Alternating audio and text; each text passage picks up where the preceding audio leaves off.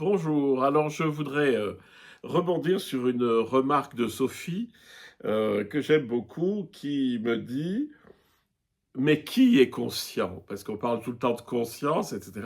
Et la question c'est qui est conscient? Alors, derrière, il y a tout un passif que je vous nommerai pas, mais la vraie question, c'est en fait de comprendre, ou plutôt la vraie prise de conscience, c'est de sentir que ma conscience individuelle que j'ai l'impression d'avoir moi, en fait, c'est la participation à une conscience infinie qui est ce que les mystiques vont assez vite découvrir, ce qu'on appelle Dieu, c'est-à-dire l'instance qui est à la source du monde, hein.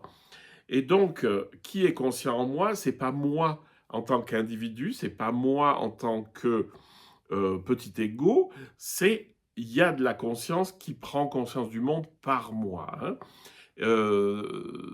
Saint Augustin va vous dire, euh, alors il ne le dit pas comme ça, il va parler de connaissance, mais en fait c'est de la conscience.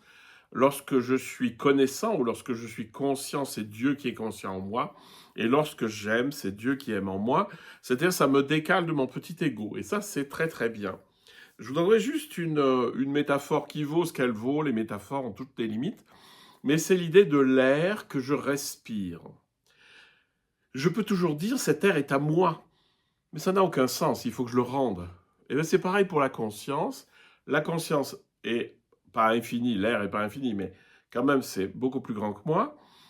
Cet air m'entoure, j'en prends une partie pour moi et je la rends, c'est-à-dire je participe à la grande respiration, si on veut dire ça comme ça, ou à l'air qui a là, et l'illusion, ça serait de croire que cet air m'appartient et que c'est moi qui le tiens. Ben non, je le respire, ça me fait vivre, mais c'est tout.